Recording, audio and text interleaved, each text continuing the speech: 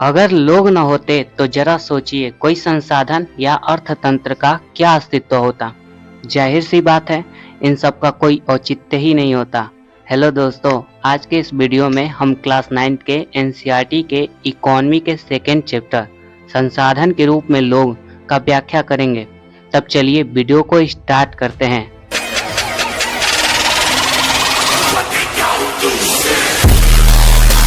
दोस्तों, संसाधन के रूप में लोग वर्तमान उत्पादन कौशल और क्षमताओं के संदर्भ में किसी देश के कार्यरत लोगों का वर्णन करने का एक तरीका है।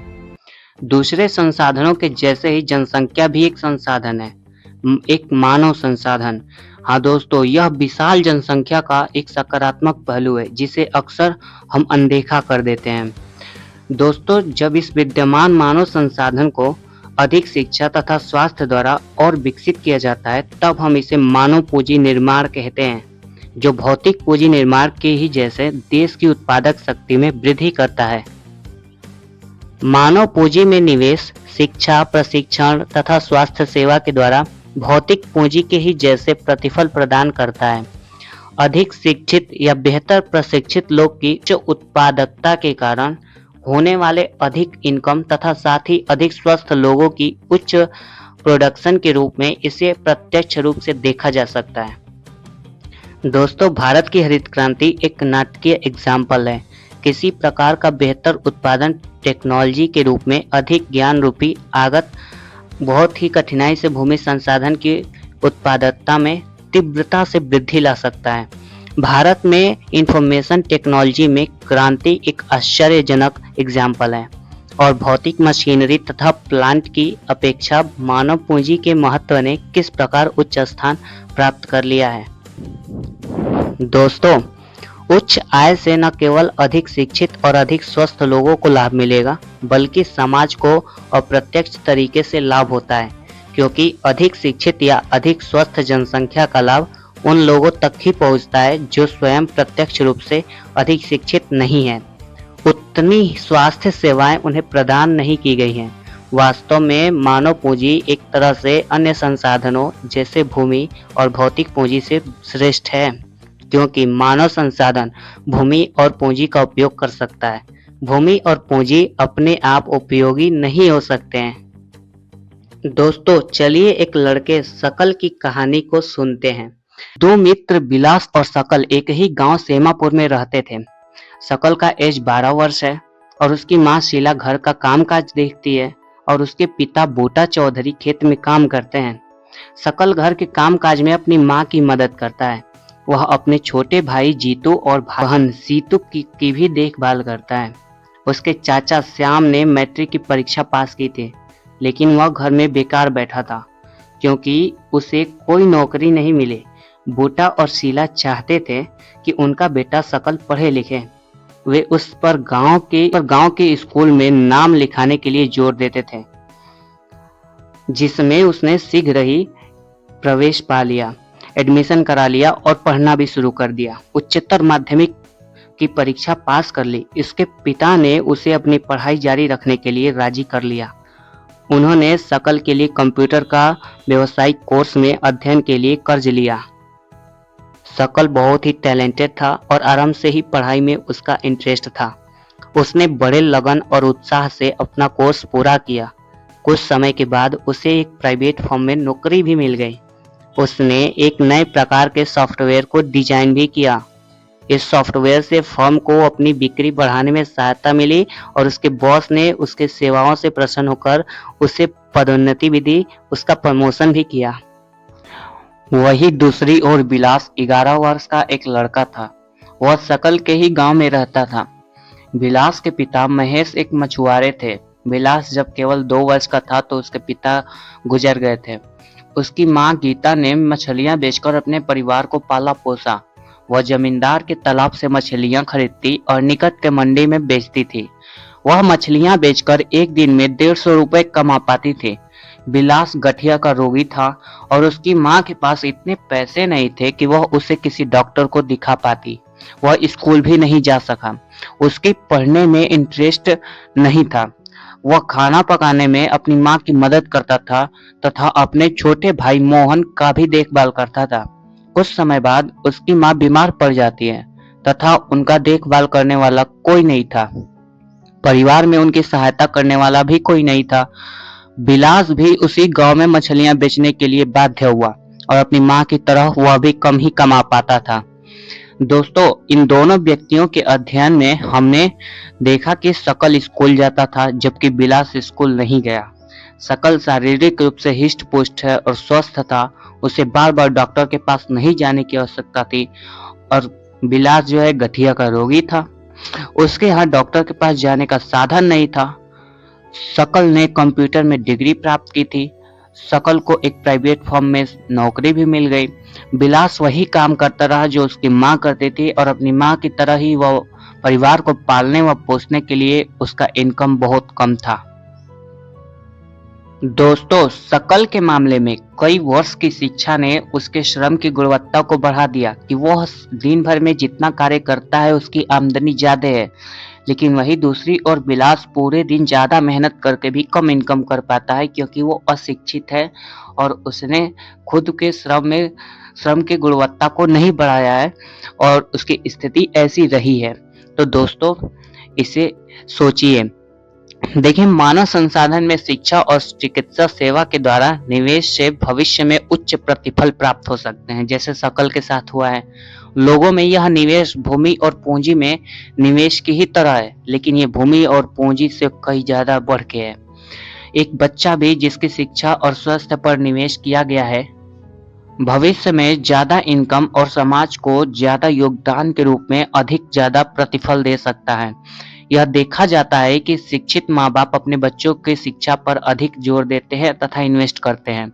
और ऐसा इसलिए है क्योंकि उन्होंने स्वयं भी शिक्षा के महत्व को अनुभव किया है। वे उचित पोषण और स्वच्छता के प्रति भी सचेत रहते हैं। और दूसरी ओर अशिक्षित और अस्वच्छ तथा सुविधा वंचित स्थिति में रहने वाले माँ-बाप एक दुष्चक्र से सृजित कर लेते हैं और अपने बच्चों को अपनी ही तरह सुविधाओं से वंचित स्थिति में रखते हैं। दोस्तों, जापान जैसे देश ने मानव संसाधन पर बहुत इन्वेस्ट किया है। उनके पास कोई ज्यादा नेचुरल रिसोर्स नहीं था, फिर भी वो आज डेवलप्ड कंट्री है क्योंकि ऐसे देश की आवश्यकता प्राकृतिक संसाधनों का आयात करते हैं। वे धनी और विकसित कैसे बन सकते हैं? तो दोस्तों, इन्होंने मानव संसाधन पर इन्वेस्ट करके इतने ज्यादा टैलेंट लोग बनाया कि वहाँ बहुत ही ज्यादा डेवलपमेंट है। तो सोचिए कि किसी कंट्री के डेवलपमेंट के लिए मानव संसाधन, human resource and human being का डेवलपमेंट प्रोग्रेस कितना मायने रखता है। चलिए समाज के आर्थिक क्रियाकलापों के क्षेत्रकों को देखते हैं। दोस्तों, इन्हें 3 प्रमुख क्षेत्रकों में विभाजित किया गया है: प्राथमिक, द्वितीयक एवं तृतीयक। प्राथमिक क्षेत्र के अंतर्गत कृषि, वानिकी, पशुपालन, मत्स्य पालन, मुर्गी पालन व खनन उत्खनन शामिल है। और द्वितीय क्षेत्र में विनिर्माण शामिल है। तृतीय क्षेत्र में व्यापार, परिवहन, संचार, बैंकिंग, बीमा, शिक्षा, स्वास्थ्य, पर्यटन सेवा इत्यादि शामिल है। दोस्तों, इस क्षेत्र में क्रियाकलाप फलस्वरूप वस्तुओं और सेवाओं का उत्पादन होता है। ये एक्टिविटी नेशनल इनकम में मूल्यवर्धन करते हैं और ये एक्टिविटी इकोनॉमी एक्टिविटी कहलाती है। आर्थिक क्रियाओं के 2 भाग होते हैं, एक मार्केट एक्टिविटी और एक नॉन मार्केट एक्टिविटी। और बाजार क्रिया में वेतन या लाभ के उद्देश्य से कई गई क्रिया पारिश्रमिक का भुगतान किया जाता है। दोस्तों, ऐसी आर्थिक क्रिया जो कि हमें लाभ देती है, अतिरिक्त आय देती है, इनकम प्रदान करती है, वो बाजारी क्रिया कहलाती है। और ऐसी क्रिया जो हम करते तो हैं लेकिन हमें कुछ उसका लाभ, इनकम नहीं होता है, बट वो जरूरी भी है करना, वो गैर बाजारी क्रिया होता है। जबकि सब है इकोनॉमी एक्टिविटी है। बिकॉज जैसे कि घर पे जो महिलाएं होती हैं वो घर का काम काज करती हैं, जिससे घर के सारे सदस्य लोग अच्छे से रह पाते हैं, खा पी पाते हैं, तो उनकी क्रिया गैर आर्थिक क्रिया है, गैर बाजारी क्रिया है। और वही आदमी लोग बाहर जाते हैं, कुछ कार्य करते हैं और उससे पैसा आता है, तो वो जो कार्य होते हैं वो बाजारी क्रिया है। तो दोस्तों, चलिए महिला तथा पुरुष के आर्थिक क्रियाकलापों के अंतरों को समझते हैं। एक बार देखते हैं। ऐतिहासिक और सांस्कृतिक कारणों से परिवार में महिलाओं और पुरुषों के बीच एक श्रम का विभाजन होता है। सामान्यतया महिला घर के कामकाज देखती है और पुरुष खेतों में काम करते हैं। शकल की माँ शीला खाना बनाती हैं, बर्तन साफ करती हैं, कपड़ा धोती है, घर की सफाई करती हैं, अपने बच्चों का देखभाल करती हैं।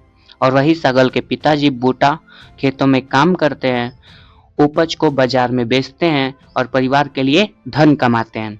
शीला परिवार के पालन पोषण के लिए जो सेवाएं प्रदान करती है उसके लिए उसे कोई भुगतान नहीं करना पड़ता। बूटा धन कमाता है जिससे वह परिवार के पालन पोषण पर खर्च करता है। परिवार के लिए दी गई सेवाओं के बदले महिलाओं को भुगतान नहीं किया जाता। उनकी सेवाओं को नेशनल इनकम में नहीं जोड़ा जाता। विलास की माँ गीता मछली बेचकर आय कमाती थी और इस तरह महिलाओं को उनकी सेवा के लिए जब भुगतान किया जाता है तब वे श्रम बाजार में प्रवेश करती हैं और उनके पुरुष सहयोगी की ही तरह उनका आय भी नेशनल इनकम में जोड़ा जाने लगता है। फिर भी दोस्तों, उच्च शिक्षा और उच्च कौशल वाली महिलाओं को पुरुष के बराबर ही वेतन मिलता है। संगठित क्षेत्रकों में शिक्षण और चिकित्सा उन्हें सबसे अधिक अट्रैक्ट करता है। कुछ महिलाओं ने सामान्य नौकरियों के अलावा प्रशासनिक और अन्य सेवाओं में प्रवेश किया है, जिनमें वैज्ञानिक और प्रौद्योगिकी सेवा, टेक्निकल सर्विस के उच्च स्तर की आवश्यकता पड़ती है। अपनी बहन या साथ पढ़ने वाली किसी सहपाठी से पूछिए कि वह क्या बनना चाहती है। दोस्तों, जनसंख्या की गुणवत्ता के बारे में समझते हैं। दोस्तों, जनसंख्या की गुणवत्ता साक्षरता दर, जीवन प्रत्याशा से निरूपित व्यक्तियों के स्वास्थ्य और देश के लोगों द्वारा प्राप्त कौशल निर्माण पर निर्भर करता है और जनसंख्या की गुणवत्ता अंत में देश की समृद्धि दर निर्धारित करता है और साक्षर और स्वस्थ जनसंख्या परिसंपत्तियां होती हैं।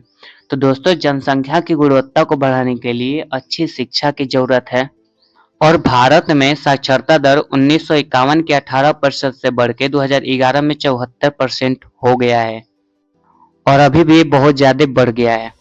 आप लोग पता करिए 2021 की जनगणना में क्या है एजुकेटेड परसेंटेज, साक्षरता दर क्या है, एजुकेशन रेट क्या है इंडिया का। और दूसरी, जनसंख्या गुणवत्ता बढ़ाने के लिए जरूरी चीज है स्वास्थ्य है और ये स्वास्थ्य है जन्म दर और मृत्यु दर से आंका जाता है। जैसे जैसे कि 1951 के 147 से घटकर शिशु मृत्यु दर 2015 में 37 पर आ गया था और जीवन प्रत्याशा 2014 में 68.3 वर्ष अधिक हो गई है।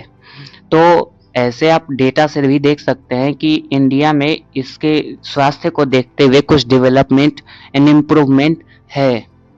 दोस्तों, चलिए बेरोजगारी के बारे में समझते हैं।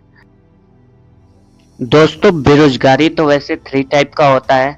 मौसमी बेरोजगारी, सीजनल अनएम्प्लॉयमेंट। दोस्तों, यह बेरोजगारी उस समय उत्पन्न होती है जब रोजगार का अवसर किसी विशेष मौसम या विशेष समय में सीमित हो जाता है और कुछ इंडस्ट्री जैसे कृषि, पर्यटन या निर्माण मौसम के अनुसार काम प्रदान करते हैं और जब मौसम बदलता है तो काम बंद हो जाता है। इस दौरान बेरोजगार लोग हो जाते हैं। एंड सेकेंड है प्रछन्न बेरोजगार, जिसको डिसग्रेस्ड अनएम्प्लॉयमेंट कहते हैं। दोस्तों, इस प्रकार की बेरोजगारी में व्यक्ति कार्यरत होता है लेकिन उसकी उत्पादकता बहुत कम होती है या वह व्यक्ति जितना कार्य कर रहा है उसकी आवश्यकता से अधिक लोग उस काम में लगे हैं।